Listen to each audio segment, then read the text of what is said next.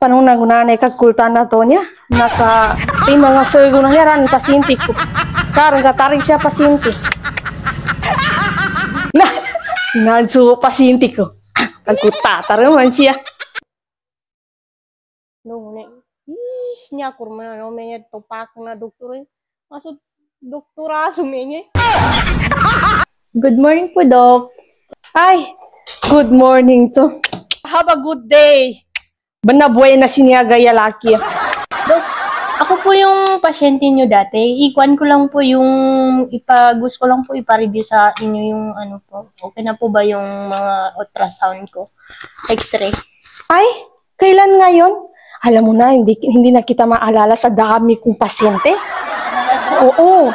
Sobra busy ko talaga. Ang dami kong pasyente ah. Sino nga apelyido mo? Pangalan mo? Bobo. Ha? Ikaw si Mrs. Bobo? Ay, Miss Bobo?